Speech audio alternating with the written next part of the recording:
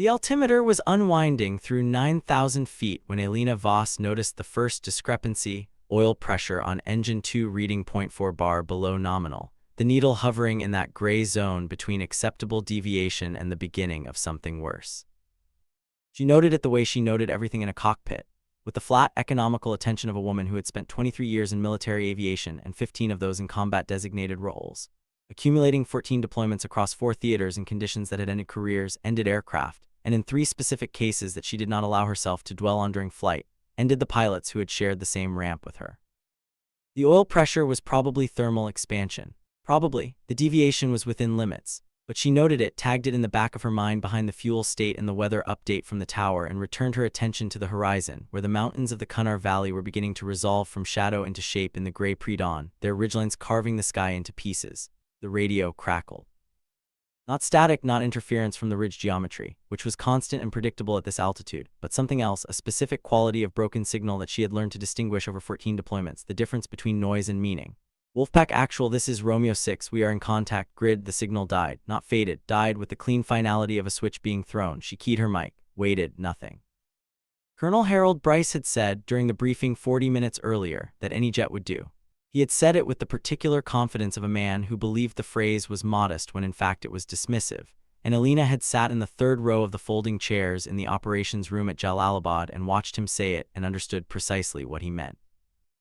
Any jet would do because the mission was routine, because the threat assessment was low, because the reconnaissance run over the Cunard ridgeline was, in his estimation, a checkbox operation, something to satisfy higher headquarters requirement for persistent ISR coverage without committing any asset that actually mattered. He had looked at her when he said it, not directly, not with any specific intent she could prove, but with the sidelong habitual assessment of a man who had been mentally filing female pilots in the checkbox column for the entirety of his career. She was a major. She had 14 combat deployments. She had more flight hours in the A-10C Thunderbolt II than anyone at this base, including the maintenance crews who had spent their professional lives keeping the aircraft alive. None of that was in his expression when he said any jet would do. Captain Dmitry Vasek, call sign Jackal, 28 years old, 4th deployment, 0 combat flight hours in a hot theater, had asked her during taxi whether she thought the weather was going to hold.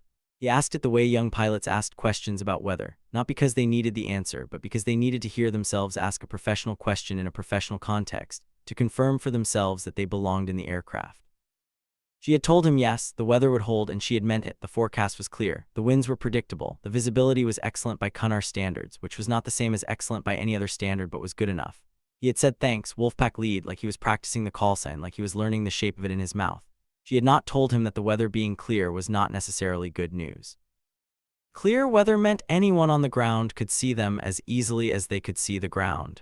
She had not told him this because he would learn it or he wouldn't, and either way, telling him in the taxi queue served no purpose. The A-10C Thunderbolt II was built for killing tanks. It was designed in the late 1960s and finalized through the early 1970s to fulfill a specific and unglamorous tactical role. Slow, survivable, able to loiter over a battlefield and deliver precise firepower against armored targets in support of ground troops who had no other options. The Air Force had tried to retire the platform 6 times. 6 times they had failed because you couldn't replicate what the A-10 did. It wasn't speed or stealth or network integration or any of the qualities that made other aircraft valuable in the emerging threat environment that acquisition officers and Pentagon briefers spent their careers describing. It was simply there when you needed it, low and patient and extraordinarily lethal. Like Elena herself, the thought came unbidden, and she noted it the same way she noted the oil pressure deviation, tagged it, filed it, moved on. The pre-mission flying had been nominal. She had taken station at 12,000 feet over the assigned reconnaissance corridor, the mountains sliding beneath her in the pre-dawn gray, their snow-capped peaks just catching the first light that had not yet reached the valleys. Vasek's aircraft was a half-mile back on her right wing, his navigation lights steady, his radio calls crisp and professional, and she had thought that he might be all right eventually, that he had the basic habits if not yet the instincts, and instincts came with time or they didn't come at all. She had been running the reconnaissance pattern for 11 minutes when she noticed the first small anomaly, a slight asymmetry in the fuel flow readings between the 2 engines, not enough to flag any warning system, not enough to require any action, but enough for a pilot who had been paying attention to these particular aircraft for 23 years to notice. She noted it. She did not mention it to Vasek. And then the radio had said Romeo 6 was in contact, and then the radio had said nothing at all, and the oil pressure on engine 2 had dropped another 0.2 bar, and Elena Voss was 9,000 feet over the Kunar Valley with a full weapons load and absolutely no communications and no idea where her wingman was. She checked the radio systematically, the way she had been taught to check it when she was 24 years old, and everything about combat aviation was still theoretical, and the instructors at Davis-Monthan had been patient and methodical, and believed that habit was the only thing that kept pilots alive when habit was all that was left. Guard frequency. Nothing primary, nothing secondary, nothing. She tried the emergency frequency that was supposed to cut through almost anything. Nothing. She cycled the radio entirely, power off, power on, reset the way you did when something electronic had simply glitched rather than failed. Nothing. She looked for Vasic's aircraft. It was gone from her radar scope. Not disappearing gradually, not fading with range, gone. As if it had simply ceased to exist. She extended her scan visually, banking gently left, then right, the mountains tilting beneath her with the slow deliberateness of terrain that did not care what was happening above it. No navigation lights, no contrail in the morning sky. The radio gave her nothing. The radar gave her nothing. She was alone at altitude with 8 AGM-65 Maverick missiles, a full drum for the GAU-8 Avenger, 1,174 rounds of depleted uranium, 7 barrels, 70 rounds per second. And the last thing she had heard was a friendly unit declaring contact before the signal had died with that clean, final quality that was not noise. No communications meant no approval. No approval meant no authorization.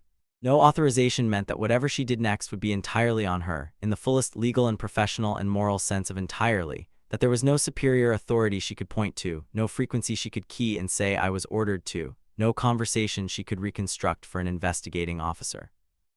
She calculated this the way she calculated everything, not with anxiety, not with the particular paralysis that she had seen in younger pilots when the situation drifted outside the boundaries of their training, but with the flat, working attention of a professional who understood that clarity was more valuable than comfort. What could she do? She could return to base.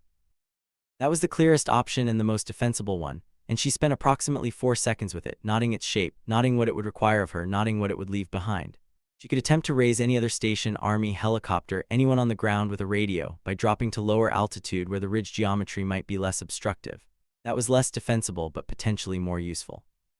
She could descend further to visual reconnaissance altitude and attempt to find Romeo 6, and if she found them, and if what she found was what the last transmission had suggested she would find, she could make decisions from there.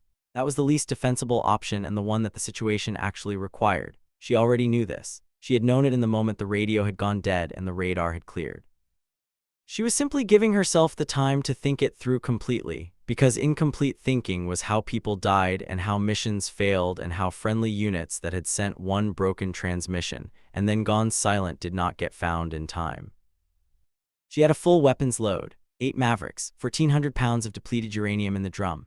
She had enough ordnance to reshape the valley below her, but without verified coordinates, without confirmed friendly positions, without any communication with the ground that might tell her where Romeo 6 was and where the enemy was and where the two overlapped and where they did not, that ordnance was not a capability. It was a liability. Firepower without information was indistinguishable from artillery falling from the sky with no particular preference for who it killed. She knew this. It was the first thing they taught you and the last thing they needed to teach you twice. She began her descent. 5,000 feet, the valley started to acquire detail. At 3,000 feet, the detail became specific. She could see the river, the gray-brown water threading between the rocks, and she could see the road that ran alongside it, and she could see at the base of a series of rocky outcroppings approximately 6 kilometers north of the road, the specific visual signature of a firefight. Muzzle flash dust, the particular thermal bloom of vehicles that had been burning long enough to settle into a sustained heat. She counted positions by their fire. She counted what she could see of Romeo 6, approximately 40 personnel. She estimated, using the rough calculation she had been taught and had refined over 14 deployments, infantry pinned in a curved defensive line behind the outcroppings, taking fire from elevated positions to the north and northwest, from positions that had been chosen with the specific logic of someone who understood how to use terrain to trap a smaller force and prevent extraction. The math was simple and the math was very bad. Romeo 6 was outnumbered on ground of the enemy's choosing, in communications blackout, in a valley that did not have a quick reaction force within 30 minutes even if someone was already scrambling. She made the decision in the space between heartbeats, which was the only space in which certain decisions could honestly be made. She came out of the descent at 800 feet nap of the earth by Kunar standards, low enough that the mountains were no longer below her but beside her, close enough that she could see the individual features of the rocks, and she made her first pass deliberate and offset, not directly lethal, a controlled burst from the GAU-8 that walked across the ground 50 meters north of the nearest enemy concentration. Not a killing pass, a presence pass, let them know. Let them process the sound, that specific prehistoric sound of the Avenger firing, which was not the sound any other aircraft made. which was not a burst but a roar, a continuous bass note that rewrote the acoustic landscape of anything within a kilometer. Let them scatter, let them reconsider their positions. By Romeo 6 4 minutes that they did not otherwise have. She pulled off the target and climbed, and engine 2 gave her a new number. Oil pressure at 0.8 bar and the temperature gauge beginning a slow, purposeful rise that was the early signature of something that would eventually require a decision she did not want to make yet. Below her, the enemy formation was breaking. Not retreating, repositioning, which was the behavior of a force that was disciplined enough not to run from a single pass and experienced enough to understand that an aircraft that had committed a warning burst was an aircraft that would commit a lethal one if they gave it reason.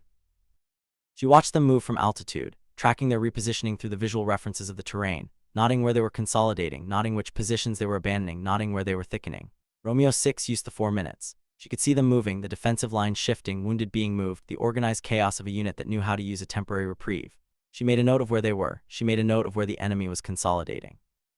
She began her second run calculations. The engine 2 temperature was now in the amber band, not red, not the definitive instrument compelling action zone. Amber, which was the zone of informed attention, the zone where a competent pilot increased monitoring and began thinking about contingencies without yet acting on them. She had flown through worse. She had once over Helmand Province completed a full combat mission, with hydraulic fluid low enough that the aircraft should technically not have been airworthy, the stick feeling heavy and reluctant, the aircraft managing its own weight with a particular labor that she had learned to read the way she read weather, not as crisis but as condition. The Helmand flight had not been recorded in the official mission logs, with the level of detail that would have resulted in a grounding order.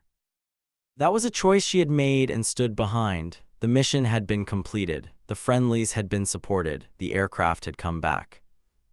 She thought about returning to base. She thought about it with the genuine seriousness it deserved, gave it the full weight of its merits. The aircraft was degrading, she had no communication, she had already made one unauthorized weapons employment. Returning now would limit the legal exposure, limit the damage, allow someone with authorization and communications and a better informed picture to come in and finish what she had started.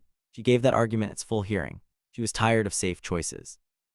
She had been tired of them for a long time, had been tired of them in a way that had nothing to do with recklessness and everything to do with a memory she had carried for 31 years. She had been 12 years old, in a village outside Sarajevo that had a name that meant Meadow of the Three Willows in the old language. And the willows were still there in 1993, still growing at the edge of the field where her father had walked her in the early mornings before school, before the checkpoints had made early morning walking complicated, before the checkpoints had made everything complicated. The smell of that meadow was wet earth and smoke, because smoke was constant, always somewhere, the permanent ambient condition of a city that was being taken apart from its own edges inward. Her father had been a mechanic, not an aircraft mechanic. He had worked on the industrial equipment that the factories in the valley used, hydraulic systems and electric motors and the particular architecture of machines that were designed to do one thing extremely well, and were built to keep doing it. He had shown her that last autumn a compressor that he was repairing, its housing cracked down one side, the internal geometry misaligned by whatever impact had damaged it. He had said, "The machine knows what it is supposed to do. The machine does not stop wanting to do it just because it has been broken. Our job is to help it remember." He had been 44 years old and he had been saying this about the compressor, but she had understood that he was saying it about other things too. About the city, about the people in it, about the specific kind of persistence that did not have a name in any language she knew. He had been killed 3 weeks later in an attack on a market that never made the international news because there were too many attacks on too many markets, and the international news had only so many column inches and had decided by that point in the siege that a market attack required a certain casualty threshold before it was worth transmitting across the satellite. He had been one of 4, beneath the threshold. She had stood at his grave in February 1994, snow on the ground, and made a promise that she had kept every day since. She would fly, she would matter, she would be the person whose arrival changed the arithmetic. Now she mattered right here, right now, at 800 feet over the Kunar Valley, with Engine 2 in the amber and Romeo 6 still alive because of decisions she had made without authorization. Now was what the promise had been about. She rolled into her second run. This pass was lethal. She came in low, lower than doctrine, lower than the altitude at which the aircraft's escape geometry from its own weapons effects was comfortable, and she picked the consolidated enemy position that the retreating forces had formed against the north face of the ridge, the one that had the elevation advantage and the angle that made it the most dangerous to Romeo 6's extraction route, and she used the Maverick. The targeting system acquired with the clean, definitive lock tone that was one of the most specific sounds she knew, and she fired, and the AGM-65 left the aircraft on its own trajectory, and she was already pulling off the target before it impacted, the valley floor tilting away beneath her as she climbed through her own jet wash. The ridge changed behind her. She did not look back because looking back was not a productive use of attention. She knew what the Maverick did. She had seen what the Maverick did. The valley had a different shape now on the side that mattered. She pulled up through smoke that tasted of propellant and burned rock, and something she never named. And Engine 2 gave her a new problem. The oil pressure needle crossed the red line as she completed the pull, a definitive, unambiguous reading that required action, and she began the single-engine procedure with the same economy of motion that she brought every procedure, because procedures were what stood between a pilot and the specific quality of death that came from improvising under pressure. She pulled the throttle on Engine 2 back to idle, then to cutoff. She felt the asymmetric thrust immediately, the aircraft wanting to yaw right, compensating with left rudder and aileron input, the stick load increasing in the way it did on one engine. The aircraft still flyable but now a different aircraft than it had been 30 seconds before, heavier in the controls, slower to respond, requiring more constant attention in the way that a person in pain required more constant attention. She trained for this. Every A-10 pilot trained for this. The aircraft was designed for this. The titanium bathtub that surrounded the cockpit had been designed for far worse than single-engine flight, and the airframe had been tested to tolerances that assumed damage levels that would have grounded any other aircraft. She had approximately 30 minutes of fuel remaining, she estimated, given her burn rate and the current consumption of the one engine still running. Bagram was 45 miles away. The math did not work, she would figure it out. Romeo 6 was still moving. She could see their formation from altitude, more organized now, the casualty collection point moving with the main body, the withdrawal route threading south through the rocks toward the valley floor where a helicopter could realistically operate if a helicopter was coming. She descended again, lower than she needed to be for any tactical purpose, low enough that she was deliberately making herself visible to anyone still watching from the ridge, because a target that was visible was a target that drew fire, and fire drawn at her was fire not drawn at the 40-odd soldiers making their way through the rocks below. She dared anyone remaining on the ridge to commit. She dared them to reveal themselves. She flew the orbit slow and deliberate, the damaged aircraft doing what she asked it to do with the particular stubbornness of a machine that had been built to refuse to stop, and she waited. There had been a moment she would not be able to reconstruct exactly when, because the moment had arrived quietly and without announcement, the way certain moments did, when the damaged radio had given one burst of clarity, approximately 8 seconds of signal that had emerged from the static without explanation and returned to it just as suddenly. She had transmitted everything she had in those 8 seconds. Her position, Romeo 6's position, the threat assessment as she had observed it, the fuel state, the aircraft's status. She had heard nothing back, but she had transmitted it, and in the fragmented, unreliable architecture of battlefield communications, there was always the possibility that someone had received what she could not confirm was received. Help was 14 minutes away, a helicopter element had said in the one broken return burst she had caught before the signal dissolved again. She had done the math. She had 14 minutes of fuel, maybe less. She stayed. She was watching Romeo 6 navigate the final 200 meters to the extraction point, watching them help the wounded, watching the formation tight, watching the particular organized compression of a unit that could see the end of the immediate crisis and was pressing toward it when the anti-aircraft fire opened from the ridgeline. Not where she had expected it, not from the positions she had already serviced. From a new position, higher with a different angle, a concealed position that had waded through everything she had done and was now committing because Romeo 6 was almost clear and the window was closing.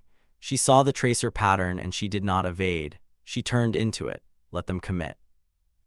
Let them invest in the solution of her aircraft. Let them expend attention and ammunition on a problem that was going to draw every available resource toward itself and away from the 40 men walking through the rocks. She had 2 Mavericks left, and she used one of them on the anti-aircraft position as she came through the engagement cone, threading the geometry of where the rounds were going and where they would be when she arrived, and the position on the ridge went silent. She had 1 Maverick remaining. She had the drum, which still had rounds. She was not Winchester yet, not quite. She kept the orbit. The helicopters came from the south, 2 of them, A-60s running low and fast through the valley floor, and she watched them from altitude as they split at the extraction point, one peeling off to land, one going high and holding in a covering orbit that mirrored what she had been doing. She watched the figures below load. She counted. She had been counting since she had first descended to visual altitude, had been keeping a rough tally of the force she could see, and she counted now as they loaded. And when the loading was complete and the helicopter was lifting, she was 1 short. One of Romeo 6 was not coming home in the helicopter. One of Romeo's 6 had not made it through the rocks, and she felt that with the specific quality of feeling that she had learned over 14 deployments to contain rather than suppress, not to push it away because what was pushed away came back at altitude and at wrong moments, but to contain it, to place it somewhere she could carry it rather than somewhere it could carry her. One soldier. She did not know his name. She would not know his name until the debrief, and then she would know it, and she would carry that name in the specific inventory she had been maintaining for 23 years, the names of people who had been in the accounting when she was present. The friendlies were clear, the mission was complete. She turned north, toward Bagram, in an aircraft running on one engine in the last residue of its fuel state, with an oil pressure reading on engine 1 that she was not going to look at again because she already knew what it said and looking at it again would not change what it said. And she needed her attention on the navigation and the approach geometry for a field that was 45 miles away and getting closer at a rate that was not, strictly speaking, fast enough given the fuel she had left. There was a moment during the approach, and she recognized it as a moment even as it was happening, which was unusual, because moments of that kind usually only resolved into what they were in retrospect when something additional went wrong. Not catastrophically, not in a way that required her to change any of her immediate priorities. But the left aileron control was responding with a delay it had not had at the beginning of the flight, a hesitation of perhaps 0.3 of a second between input and response, and she noted this and adjusted her correction cycles to account for it. And the adjustment required the kind of continuous fine attention that did not leave room for anything else. And it was in this specific condition of full capacity attention that she became aware that the voice on the radio, not on the primary frequency, on the emergency frequency, which had apparently been working in some intermittent fashion this entire time, was not giving her technical instructions anymore. The controller's name was Master Sergeant Howard, based on the identifier he had used when the contact had been established, and he had been talking her through approach geometry for approximately 4 minutes, and then he had stopped talking about approach geometry. He had said, "My daughter's name is Nadia. She's 9. He had said it with the specific quality of something that had been decided in the moment rather than planned, the voice of a man who had been professional for as long as professional was sufficient and had just decided it was no longer sufficient. Then he had said, "I tell her the same thing I'm telling you. Don't look at the fuel gauge. You know what it says. Just fly the aircraft. You've got this." She had not said anything for a moment, and her voice when it came was different from the voice she had been using for the approach. It had a different quality, a slight roughness that she locked down the instant she heard it in her own ears, that single involuntary crack that was the one acknowledgement her body was going to give to the fact that she was flying a single-engine aircraft on fumes over mountains, toward a runway she could not yet see. Having spent the last 40 minutes making unauthorized weapons decisions over an unauthorized engagement zone, while something that should have been catastrophic had refused, through some combination of design and stubbornness, and the specific character of the aircraft beneath her to become catastrophic, she said affirmative, and then she returned to professional language because the professional language was what the situation required, and because the crack had been noted and acknowledged, and now it was done. The runway appeared as a gray stripe against the gray-brown valley floor, and the tower gave her emergency clearance, and she ran the approach in her head the way she had run thousands of approaches, the way she had run the approach in the simulator and in training and in the specific unforgiving repetition of a career that had been built on the premise that when nothing else worked, the thing that had been practiced until it was below consciousness would still work. She configured the aircraft the way the checklist said to configure it. The aileron delay was now approximately half a second, which was workable, which was not comfortable but was workable. She kept the correction cycles short and constant. The runway came up. The main gear touched harder than a fully qualified instrument approach required, harder than any examining pilot would have accepted in any context other than this one, and she held the aircraft straight with the rudder pedals, feeling the yaw tendency of the single engine and the asymmetric drag of the battle damage that she had been managing for 30 minutes, holding the central line by feel and by the kind of attention that did not really have a name. And the nose wheel came down with a sound that was not quite right but was close enough, and the auto brake did its work, and the aircraft slowed through 100 knots, through 80, through 60, and she guided it off the runway onto the taxiway with the last of its momentum because she was not going to stop on the runway. She was not going to block the runway. There were other aircraft that might need that runway, and she had not yet run out of things to do. On the taxiway, with the nose pointed toward the ramp and approximately 40 meters of coasting distance remaining, Engine 1 gave up with a sound she had never heard before and never wanted to hear again, a sound that was below a mechanical description. That was more like the sound of something that had been holding on by intention, finally deciding that the intention was no longer required. The silence that followed was the most complete silence she had experienced in 23 years of aviation, the kind of silence that had texture, that occupied the space where sound had been with something heavier and more specific than mere absence. She completed the shutdown checklist. Both engines were already dead. She completed it anyway, moving through the items with the methodical patience of a woman who understood that habit was the thing that had kept her alive through 14 deployments and one impossible mission, and that abandoning habit now, with both engines dead on the taxiway with the aircraft stopped and herself still breathing, would be a betrayal of the thing that had actually mattered. She completed the checklist. She set the parking brake. She sat. 1 full minute, she sat in the cockpit, and she felt, in the specific controlled manner of someone who had been suppressing feeling as a survival mechanism for 47 minutes, everything she had suppressed. Not loudly.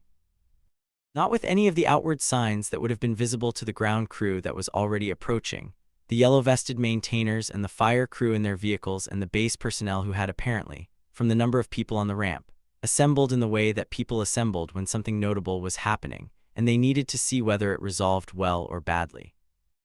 She sat and she breathed 5 measured breaths, and then she popped the canopy, and the morning air came in smelling of jet fuel and hot metal and the specific dry cold of the Bagram Plateau, and she climbed down. Colonel Bryce was waiting at the edge of the ramp. He had walked there from wherever he had been standing when she had come in. She had not seen him. She had been looking at the runway, but he was there now, and his face had the expression of a man processing several contradictory responses to the same event simultaneously, and not yet having resolved them into a single readable emotion. He looked at the aircraft the way she had expected him to look at it. The missing ordnance, the battle damage visible even at ramp distance, the single engine that had provided the asymmetric exhaust staining on the nacelle. He looked at it for a long moment, then he looked at her.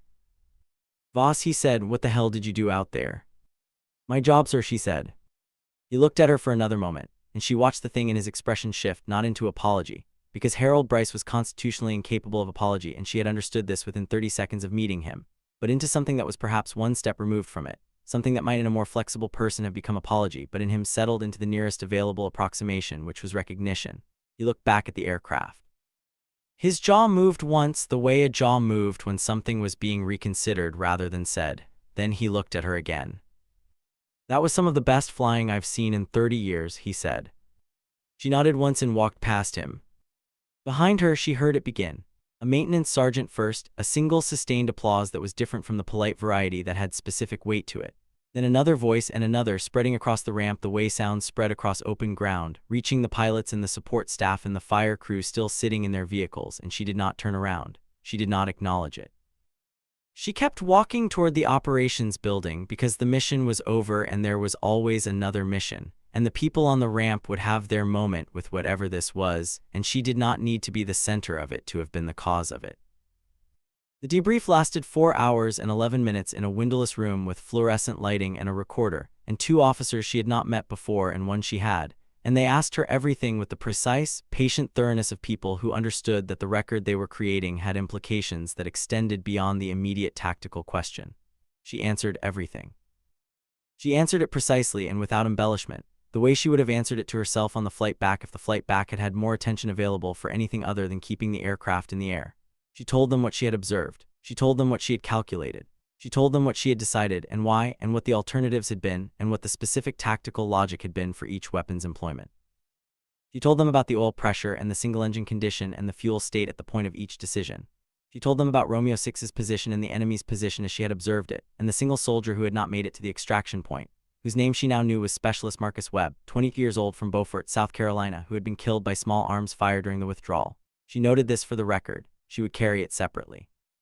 The threat of court-martial was not spoken, but it was present in the room, occupying its portion of the air with the specific density of institutional consequence, and she met it with the same steady attention she had given everything else. She was not afraid of it. She had made the decisions she had made with full awareness of what they could cost her, and she would defend them because they were defensible, and if they were not defensible enough for the particular calculus of the institution, then she would accept that finding with the same equanimity she had brought to every other finding in 23 years of service. Brigadier General Sandra Reyes spoke last. She had been present for the final hour of the debrief, sitting in the back of the room with her arms on the table and her expression professionally neutral, and when everyone else had asked what they needed to ask, she leaned forward and looked at Alina directly and said, "Major Voss, your actions were," there was a pause, "a genuine one, not performative, irregular. You violated communications protocols. You engaged targets without proper authorization. You risked a valuable aircraft for personnel who might have been extracted through other means." Silence in the room. The recorder continued its quiet function. You also displayed exactly the kind of initiative and tactical judgment we train pilots to have, Reyes said. Congratulations, you're being put in for the Distinguished Flying Cross. Elena absorbed this with no visible change in expression. There's a new squadron standing up, Reyes continued. It needs a commanding officer, someone who can build it from nothing, set the culture, fly regularly enough that they don't become a desk commander. She paused, interested. Elena did not hesitate. Yes, ma'am, she said, absolutely. The story traveled the way stories in the military always traveled, faster than official communication, with more detail than any official account would have included, through the specific informal network of maintainers and crew chiefs and junior officers who talked to their counterparts at other bases over secure chat and unsecure beer. And the story that emerged was larger than what had actually happened in ways that Elena neither confirmed nor denied. In some versions, she had been hit by anti-aircraft fire and had continued the mission anyway. In one version, she had talked Romeo 6 through their extraction over the emergency frequency with one hand on the controls. In the most elaborate version, which she heard third-hand approximately 6 weeks after the mission from a sergeant who told it with genuine conviction, she had actually shut down both engines deliberately to reduce her radar signature before making the final attack run, which was not how any of that worked technically but was the kind of detail that a good story required. She let them have their legends. Reality was complicated enough. Basic found her late on the third evening after the mission, in the operations room when most people had cycled out, sitting at one of the planning terminals with a cup of coffee that had been hot an hour ago. He came in and sat without asking permission, which was the right instinct, and he did not say anything immediately, which was also the right instinct. He was not the same 28-year-old who had asked about the weather during taxi. Something had changed in him, not dramatically, not in any of the ways that dramatic change was visible, but in the specific quality of how he occupied the room, which was slightly more certain and slightly more quiet, both at the same time. His aircraft had experienced a total avionics failure and made a controlled return to base. He had done everything correctly.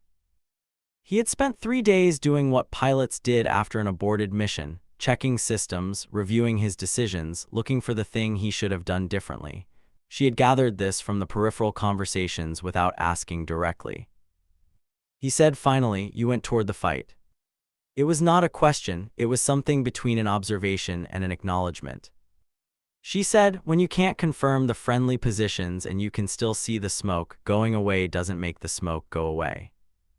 He sat with this. She could see him translating it into something he could file and use, which was what good pilots did with lessons. She accepted him as her wingman with one condition. She told him, "Your job is not to protect me. Your job is to protect the thing I'm protecting. You understand the difference between those two jobs?" He said he did. She thought he might be telling the truth. The aircraft tail number 780, which the maintenance crews had taken to calling the stubborn one for reasons that were never formally documented but were universally understood, was grounded for inspection after the mission, and the lead crew chief, Master Sergeant Patricia Dunn, had come to Lena's office 3 days later with the inspection findings, and a look on her face that was the look of someone who had seen things they did not entirely have a framework for. She laid the findings on the desk and pointed to the relevant sections. The hydraulic line to the right aileron had been severed by approximately 60% of its diameter at some point during the mission, probably during the anti-aircraft engagement, based on the location and angle of the damage. The aircraft should have lost aileron authority on the right side entirely, and should have been uncontrollable within approximately 2 to 4 minutes of the damage occurring. It had not. The left engine's oil system had a fracture in the return line that should have resulted in catastrophic lubrication failure before the aircraft reached single-engine conditions. It had not. There were 11 additional structural findings, each of which was described in the inspection report with the specific language of things that should not have been possible, and collectively they described an aircraft that had, by every applicable engineering parameter, been unwilling to stop doing its job. The aircraft was eventually returned to depot, assessed, partially restored, and after 18 months of institutional debate about maintenance costs versus historical significance, retired to the National Museum of the Air Force at Wright-Patterson. The museum mounted it in the Cold War gallery with a placard that described the mission in 3 paragraphs, accurate in all major particulars, and inevitably incomplete in the ways that plaques were always incomplete. Someone had painted at some point during the restoration process, and no one was officially certain who, and no official inquiry was pursued, on the nose of the aircraft just below the canopy rail, the name Wolfpack and 11 small stars in a row, one for each member of Romeo 6 who had come home in the helicopter plus one more that was simply there, unexplained, which people chose to read in whatever way made sense to them. Children walked past it bored, not understanding what they were looking at. Veterans paused longer, reading the placard, remembering. Elena visited once 12 years after the mission and stood in front of it for 7 minutes, and the thing she felt standing in front of it was not nostalgia and not grief and not pride in any simple sense of the word. What she felt was the specific, quiet recognition of someone looking at a partner, not a machine, not a museum piece, not an artifact of their career, but the thing that had decided in the specific space between what was structurally possible and what had actually happened to hold together long enough to matter. She did not touch it. She was not the kind of person who touched things in museums. She read the placard once, even though she already knew everything it said and a great deal more that it didn't, and then she left. The new squadron was called the 42nd Attack, and she built it the way she had built everything in her career, from the specific competencies outward, from the quality of the flying to the quality of the planning to the quality of the people, in that order, because an attack squadron that did not fly exceptionally well was not an attack squadron in any sense that mattered. She flew regularly, twice a week minimum, more when the operational schedule permitted, because she had made the decision early in the command that desk commanders were a particular kind of failure, not a personal failure, but a failure of the role, a misunderstanding of what it meant to lead people who did dangerous things. The people who did dangerous things needed to see their commander doing the dangerous thing. That was not the only thing they needed, but it was load-bearing. Her call sign, Wolfpack, had acquired a quality by this point that was different from a nickname and different from a reputation, and was something closer to a standard. The way certain standards became associated with specific people and then outlasted them. Pilots in the 42nd flew as Wolfpack flight. The designation was official. What was unofficial was what it implied, a particular quality of attention, of presence, of willingness to go toward the thing that other things were going away from. She had not made this explicit, she had not needed to, it was in the flying. She retired at colonel after 27 years of service, a ceremony at Davis-Monthan with generals and a senator, and a significant portion of her squadron and several faces she had not seen in a decade, people who had found their way back for reasons she chose not to examine too closely, because examining it would have required her to acknowledge something about her own significance that she had never been comfortable acknowledging. The thing that mattered most at the ceremony was something that had not been on the official schedule. The 7 survivors of Romeo 6, Romeo 6's sergeant, the radio operator, 5 of the soldiers she had watched make their way through the rocks had flown in from 3 different states. They were older, they had children, most of them. They had built lives from the other side of the day in the Kunar Valley, and they stood in a row at the ceremony, and they did not say anything formal because there was nothing formal adequate to what they were there to say, and she shook each of their hands with the same quiet attention she had given everything in 23 years of service. She died at 78 peacefully in her sleep in her apartment in Tucson, which was 15 miles from Davis-Monthan Air Force Base, which she had chosen not by accident. The funeral was full, pilots and maintainers and civilians who had known her in the various phases of a life that had moved from a meadow outside Sarajevo to a cockpit over the Kunar Valley, to a command and eventually to the quiet of a Tuesday morning when she simply did not wake up, which was the death she had wanted and the death she had got. The 23-year-old version of herself who had made the promise at her father's grave would not have been able to imagine this as the ending. The 78-year-old version had no complaints. They told stories at the service, the way people told stories at the services of people who had actually done things, and the stories ranged across the full terrain of her career, from the early deployments to the late command to the small specific moments that people carried, because the small specific moments were often the ones that actually told you who someone was. They told the story about the Kunar Valley. They told the story about the flight she had made in the early years over Helmand with the low hydraulic fluid, which had eventually made its way into the official record in a form that was more complete than the original entry. They told the story about the time she had grounded her entire squadron for one day, because the maintenance standards had slipped below what she considered acceptable, and had spent the day on the flight line with the crew chiefs working. But what they remembered most was something simpler, the specific quality of arriving. She arrived at the moment that required her, in the aircraft that was right for the job, with the attention and the weapons load and the willingness to stay that the situation needed and that no one else in the airspace had committed to bringing. She did not announce this, she did not perform it. She simply arrived, and the arithmetic changed, and the people who had needed her most were still alive to tell someone else about it later. When you needed her, she arrived like a wolf pack out of the clouds, exactly when hope was fading, exactly when it mattered most. And that, more than any medal or commendation or ceremony, was what made her irreplaceable.